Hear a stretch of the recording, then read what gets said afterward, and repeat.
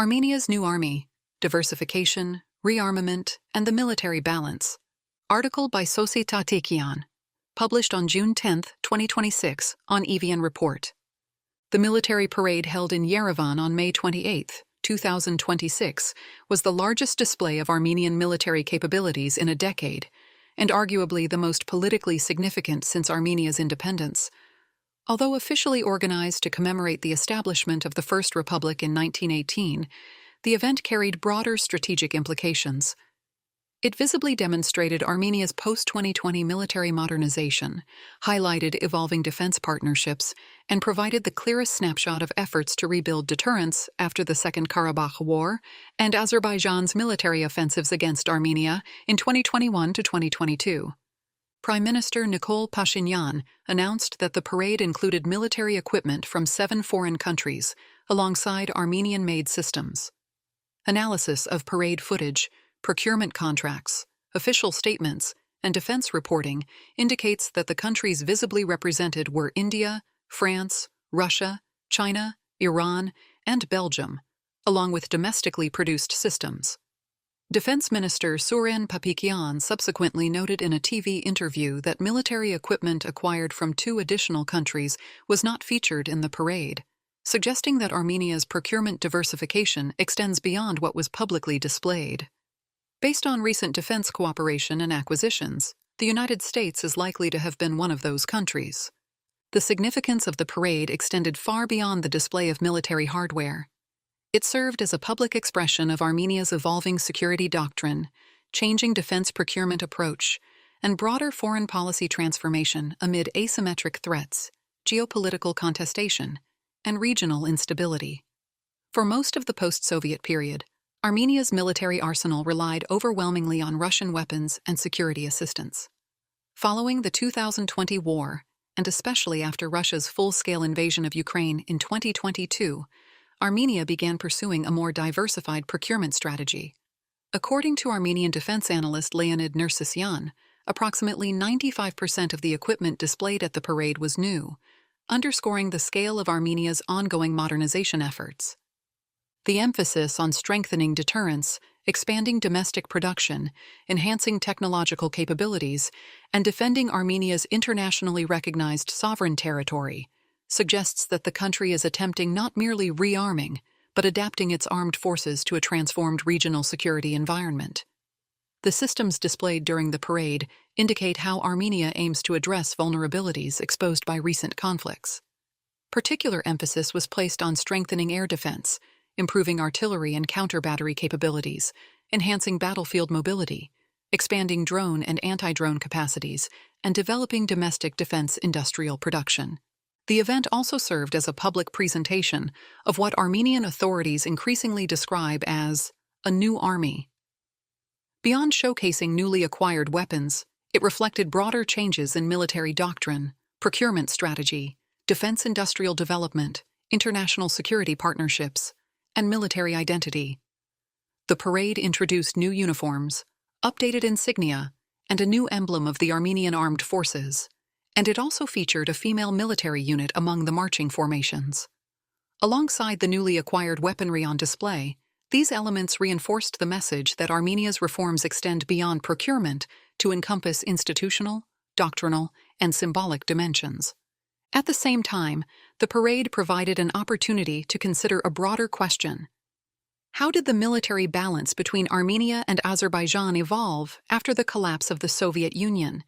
And to what extent is Armenia's current modernization altering the strategic equation that emerged after the 2020 war? From military advantage to military imbalance. The imbalance visible during the Second Karabakh War did not emerge suddenly.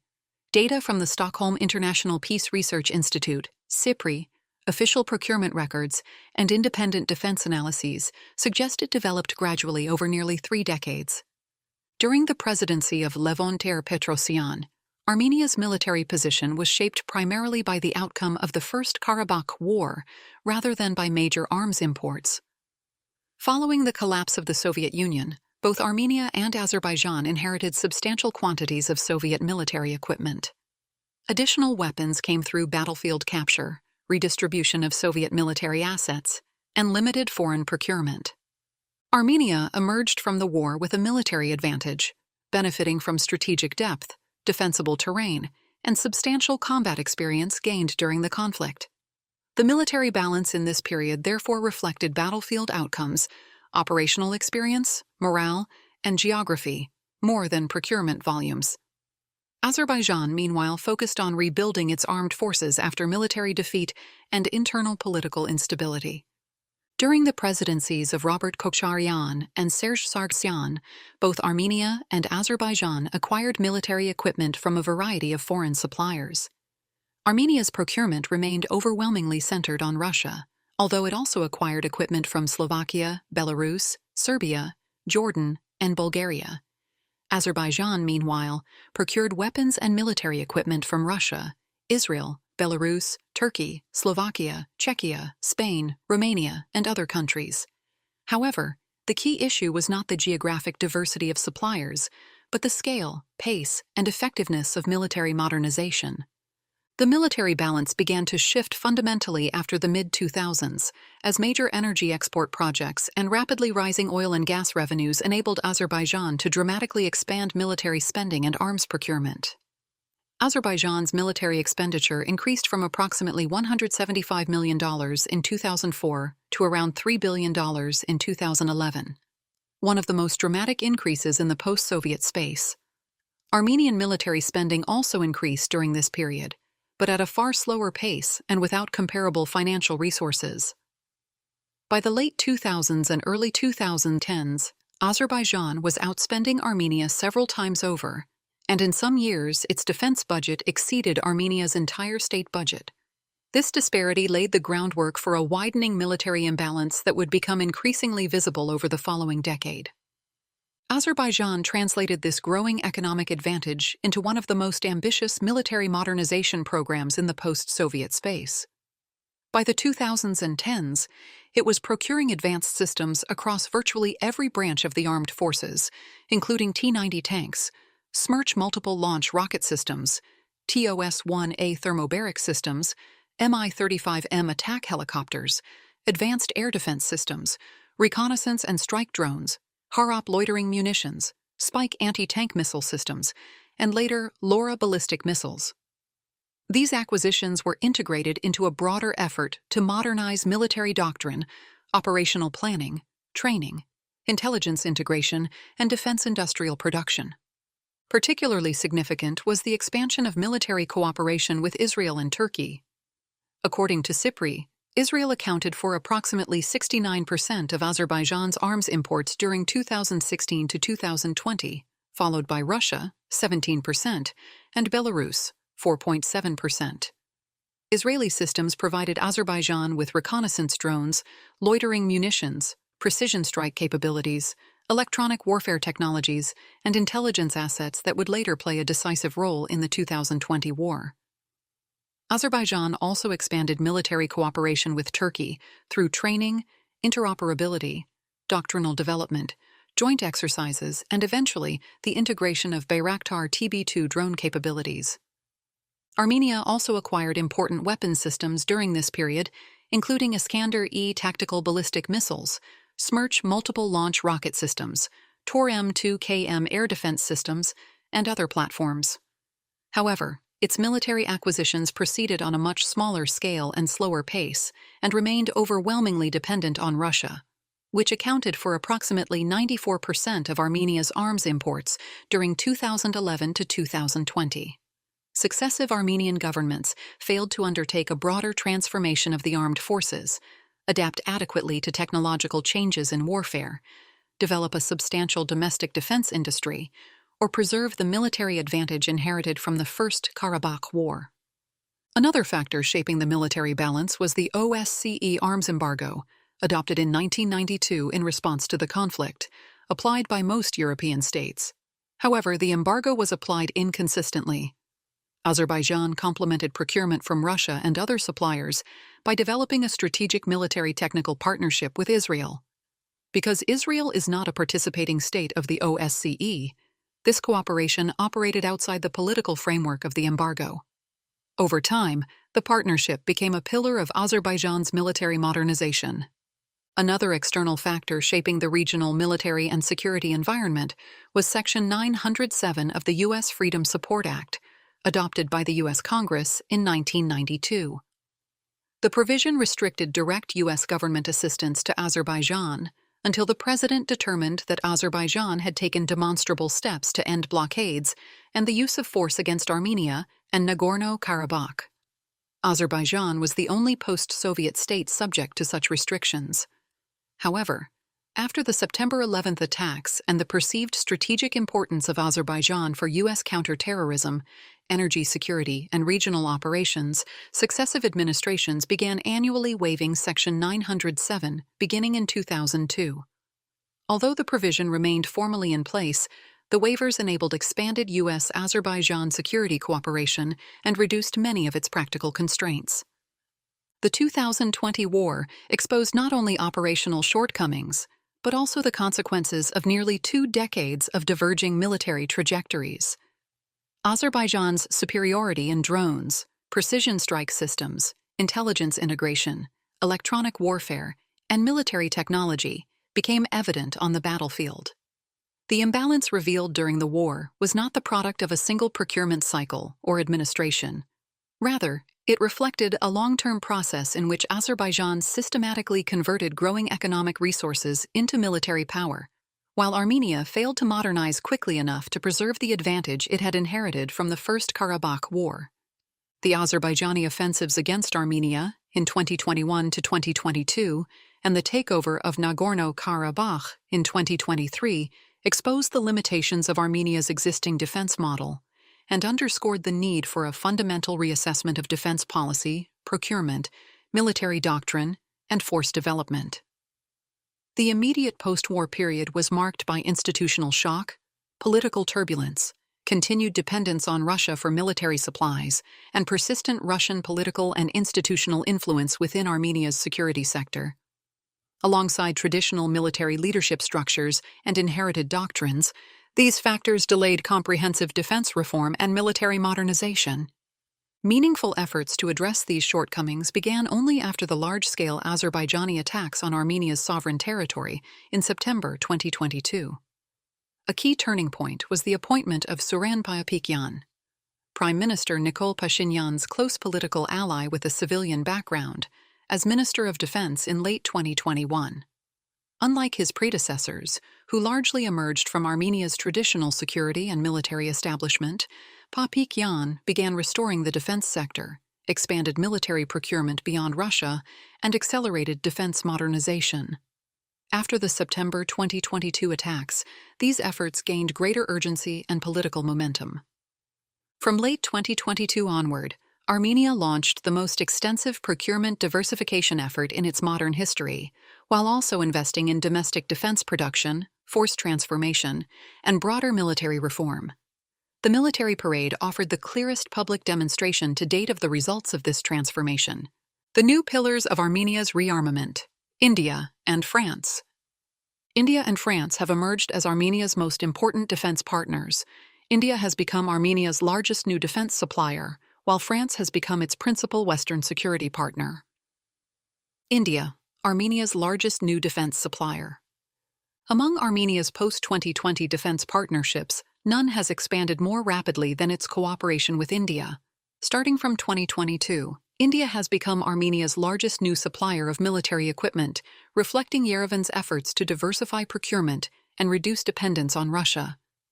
According to multiple Indian, Armenian, and international sources, Armenia has signed defense contracts with India, estimated at approximately $1.5 to $2 billion, making it one of India's largest foreign defense customers in recent years. Indian-made systems featured prominently in the May 28, 2026 military parade. In a notable symbolic innovation, several were presented under newly adopted Armenian names rather than their original foreign designations. The Akash air defense system was introduced as Lusaan, Lynx, the Pinaka multiple launch rocket system as Shant, Lightning, the Atag's artillery system as Tork, the legendary heroic figure Tork Angel, the Marg 155mm self-propelled artillery system as Mihir, an ancient Armenian deity associated with the sun, justice, and warfare, and the Swathi Weapon Locating Radar as Pilot Su, Brilliance. This renaming reflected a broader effort to integrate newly acquired capabilities into Armenian military identity and symbolism. One of Armenia's most significant acquisitions is the Akash Air Defense System, LUSAN. Developed by India's Defense Research and Development Organization, DRDO, and produced by Bharat Dynamics Limited, it is designed to engage aircraft, helicopters, drones, and cruise missiles, significantly strengthening Armenia's air defense capabilities.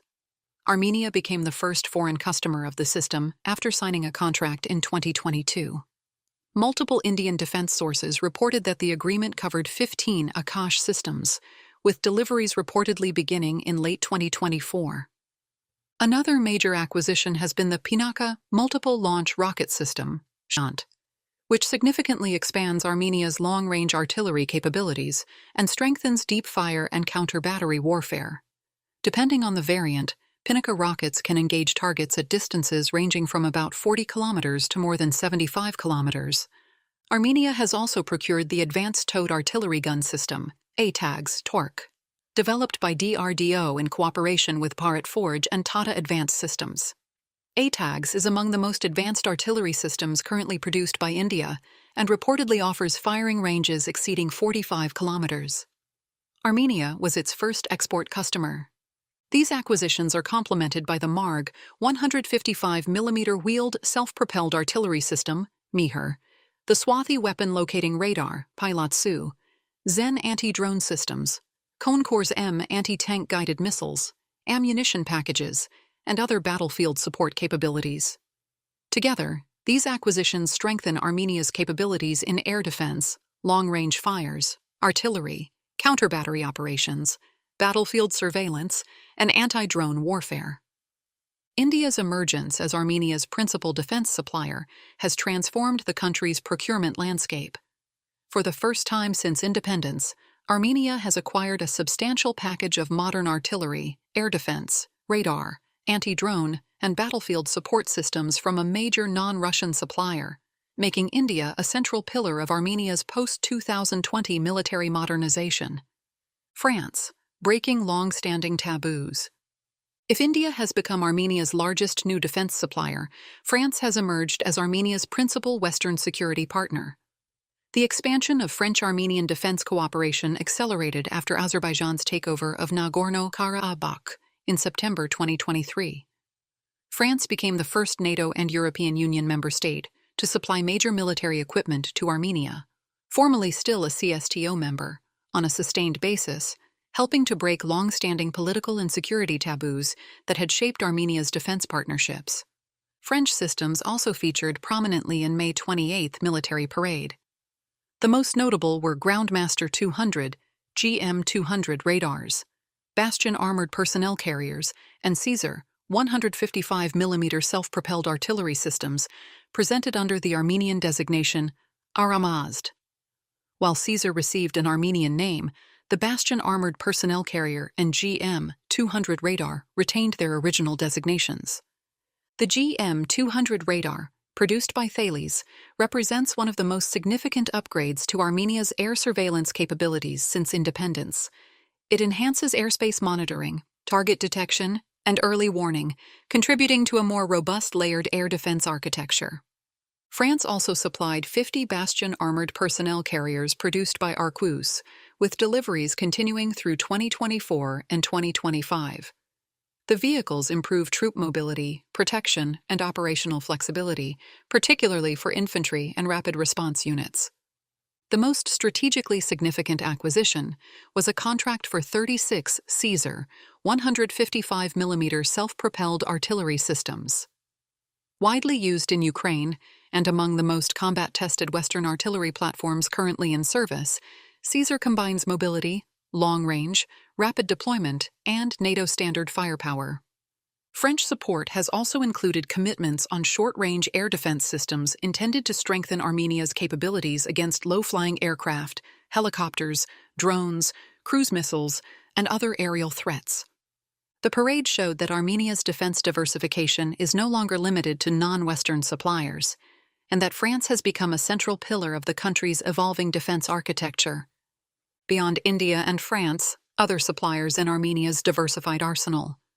Although India and France drew most of the attention during the parade and accounted for the bulk of Armenia's recent procurement activity, they were not the only countries represented. The event also highlighted the diverse origins of military equipment entering Armenian service. Although these systems appeared in smaller numbers than those acquired from India and France, their presence illustrated the breadth of Armenia's post-2020 procurement diversification. Russia. The legacy arsenal. Despite Armenia's procurement diversification since 2022, Russian-origin equipment remained visible during the military parade. Among the most prominent were Tor-M2KM air defense systems, Su-30SM multi-role fighter aircraft, Su-25 attack aircraft, and Mi-17V helicopters. The Tor-M2KM is a short-range air defense system designed to engage aircraft, helicopters, drones, cruise missiles, and other aerial threats. The Su-30SM remains Armenia's most advanced combat aviation platform and one of the country's most significant air power assets. The Su-25 continues to provide ground attack and close air support capabilities, while Mi-17V helicopters remain important for troop transport, logistics, medical evacuation, and other operational tasks. Unlike many newly acquired systems, these platforms largely retained their original designations during the parade. The Tor-M2KM, Su-30SM, Su-25, and Mi-17V were presented under their established military names rather than Armenian designations. The significance of the Russian equipment on display lay primarily in continuity. These platforms have been part of Armenia's armed forces for many years and continue to occupy an important place in its military inventory. The parade also served as a reminder of the difficulties that have emerged in Armenia's military technical cooperation with Russia in recent years. Armenian officials have publicly stated that Russia failed to deliver a substantial portion of weapons that had already been contracted and paid for, reportedly totaling approximately $400 million. In subsequent years, part of the contracted military equipment was delivered, while another portion of the outstanding obligations was reportedly settled through the return of funds. China, emerging on Armenia's defense map. China's presence at the parade underscored a lesser-known dimension of Armenia's military procurement. The most visible Chinese-origin platform was the CH-4B, Reconnaissance Strike Unmanned Aerial Vehicle, displayed under the Armenian designation Aher, Bao. 3 CH-4B drones were displayed in the parade. They were equipped with AR-1 and AR-2 air-to-surface missiles. Often compared with the American MQ-9 Reaper, the CH-4B can conduct both reconnaissance and strike missions, including the use of guided munitions. Its appearance at the parade signaled that Chinese unmanned combat aerial systems have entered Armenia's arsenal and underscored China's growing role in Armenia's defense procurement. The parade also featured an anti-tank missile system presented under the Armenian designation Nizak, Spear, generally associated with the Chinese GAM-102LR fire-and-forget anti-tank guided missile. These systems pointed to an emerging Chinese dimension in Armenia's defense procurement landscape. Although China's role remains considerably smaller than that of India, France, or Russia, the parade suggested that Chinese systems may play a growing part in Armenia's future force development and military modernization. Iran, countering the drone threat. One of the most closely watched systems displayed during the parade was the Iranian-origin AD-08 Majid short-range air defense system, presented under the Armenian designation Karich, Scorpion. Designed primarily to engage drones, helicopters, low-flying aircraft, and cruise missiles, the system reflected the rising importance of short-range air defense and counter-drone capabilities in light of the 2020 war, in which Azerbaijan's extensive use of drones played a decisive role. The Majid's participation in the parade was particularly noteworthy, as an indication of military technical cooperation between Armenia and Iran. Although Armenia and Iran have long maintained close political and economic relations, military cooperation has been approached with caution. The public display of the system therefore provided an unusually transparent indication of this dimension of the bilateral relationship.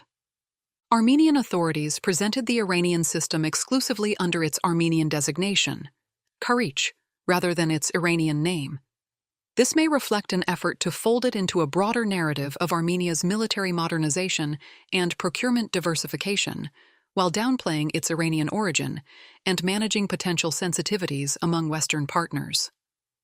Belgium, a small but symbolic presence.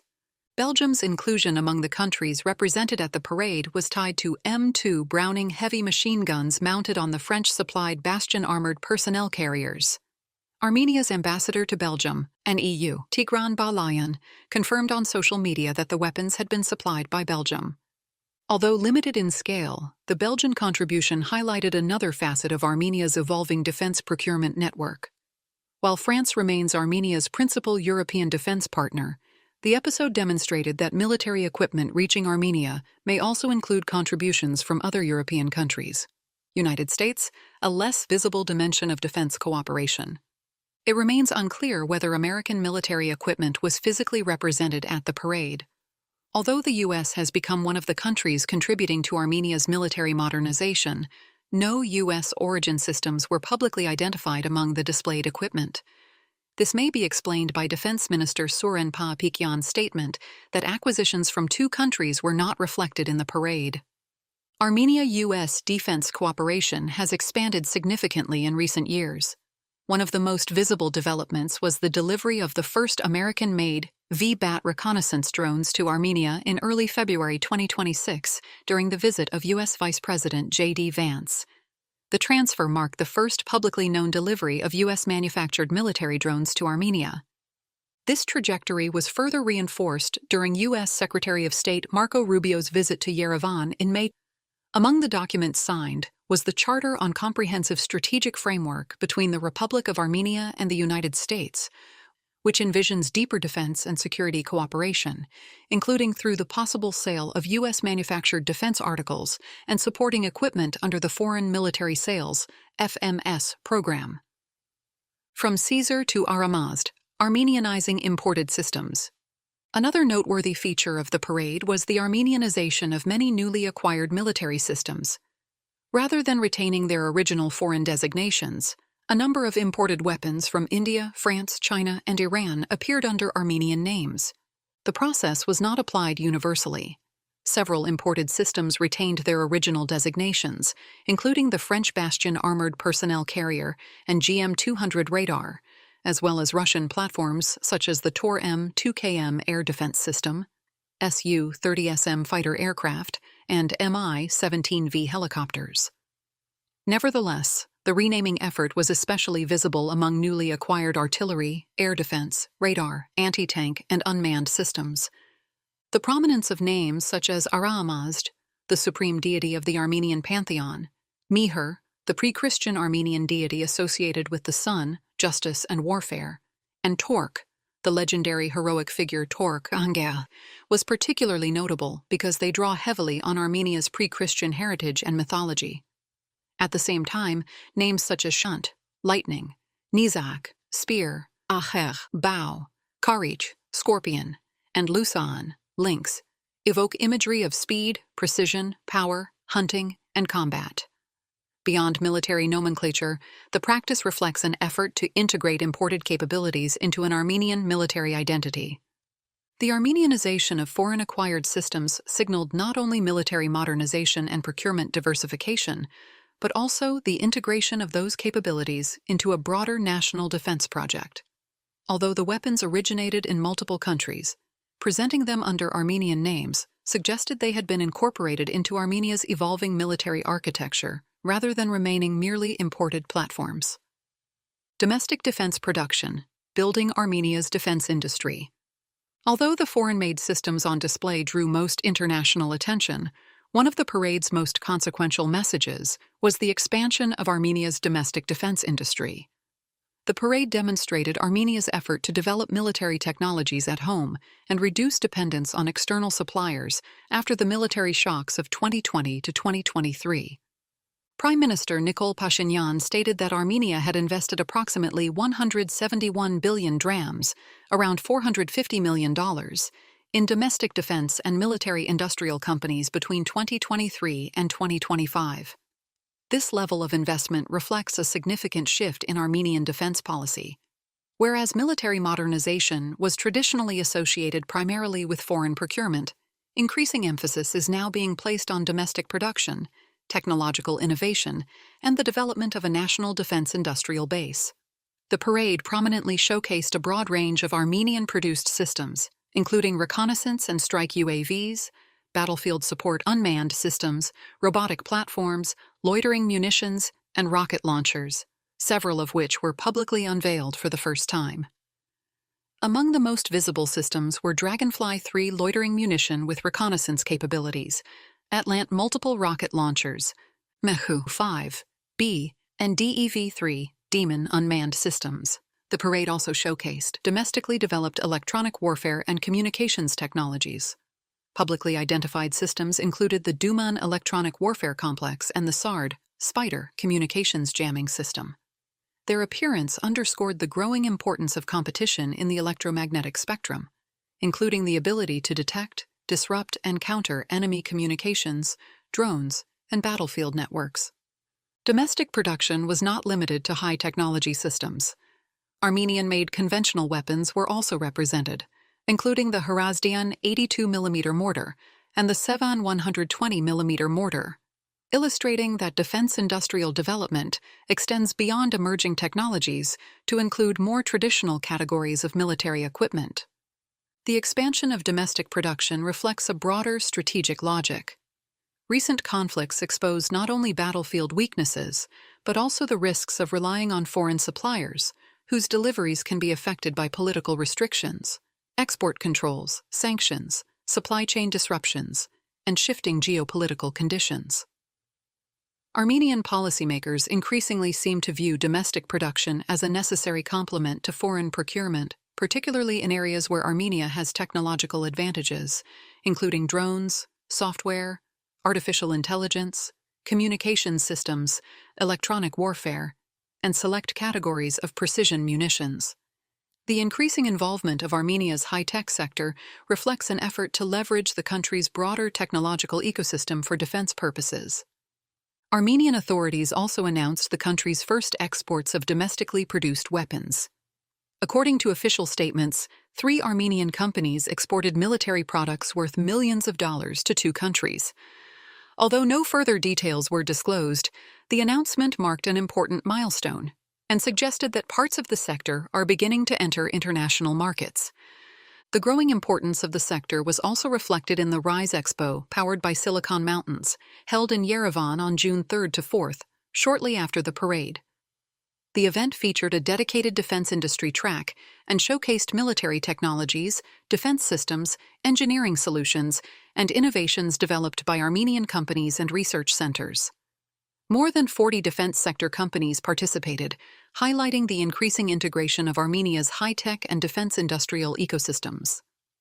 Minister of High-Tech Industry Sossi Tatikyan noted that the sector has generated approximately 70 billion drams in economic turnover and is already expanding beyond Armenia's borders.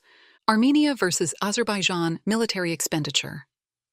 The SIPRI 2025 data shows that both Armenia and Azerbaijan allocate exceptionally high shares of their economies to defense, placing them among the most militarized states globally. Azerbaijan ranks 6th in the world, with military expenditure accounting for 6.5% of GDP, while Armenia ranks 7th at 6.1%. Both countries are among the 10 highest globally in military burden. Despite these similarities, their defense postures diverge in fundamental ways. Azerbaijan not only maintains high military spending, but also recorded one of the world's largest increases in 2025, reflecting continued investment in capabilities intended to preserve regional military superiority. Armenia, by contrast, is rebuilding its defense capacity after the 2020 war and subsequent security shocks. Azerbaijan's larger economy means that similar defense burdens translate into far higher absolute spending, enabling greater investment in advanced weaponry, force projection, and military modernization.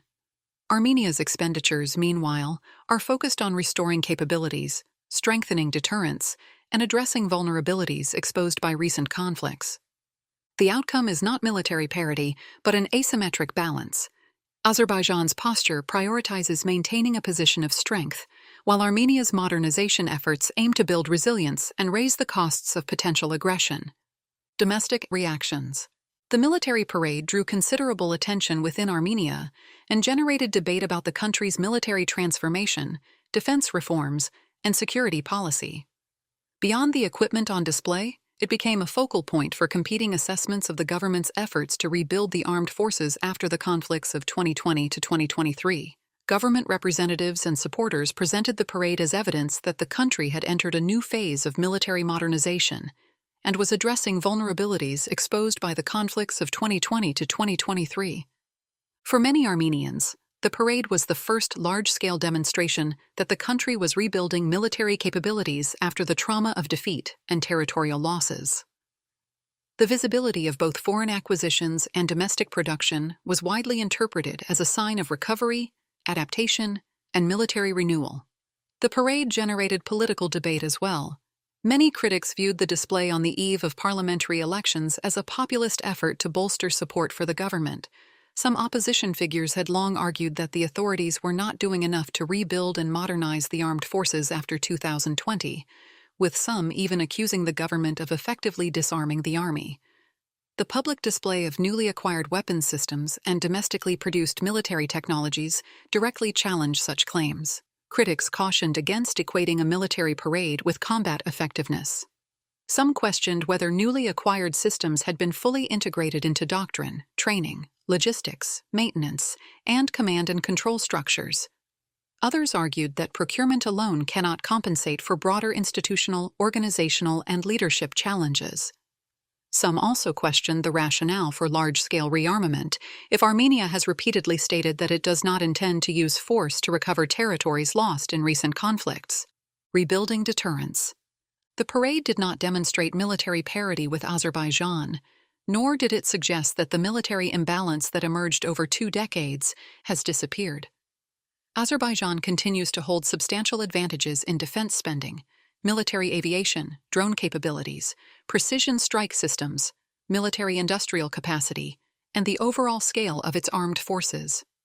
Decades of sustained investment, supported by hydrocarbon revenues, extensive defense cooperation with Israel and Turkey, complemented by arms acquisitions from Pakistan, Italy, Serbia, Slovakia, and other suppliers, and the development of a domestic defense industry, have produced capabilities Armenia cannot replicate in the short term.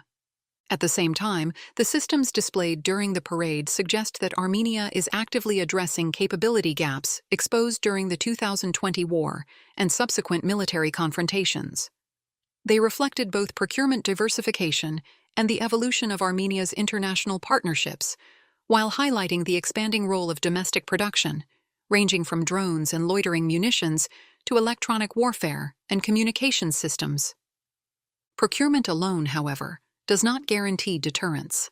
Military effectiveness ultimately depends on training, doctrine, command and control, logistics, maintenance, force integration, personnel development, and the ability to adapt operational concepts to rapidly evolving technologies. Armenia recognizes that it cannot eliminate the military asymmetry with Azerbaijan in the foreseeable future. Rather than pursuing military parity, the logic of the current reforms appears to be strengthening deterrence and resilience through selective capability development while increasing the military and political costs of any future aggression. The significance of the military parade therefore lies less in any individual weapons system than in what it revealed about Armenia's evolving defense model.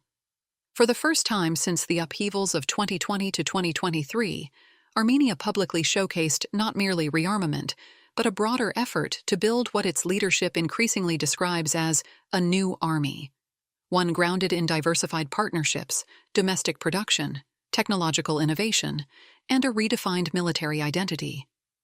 Whether these efforts ultimately succeed remains to be seen. What is already evident, however, is that strengthening deterrence has become a central component of Armenia's response to a transformed regional security environment.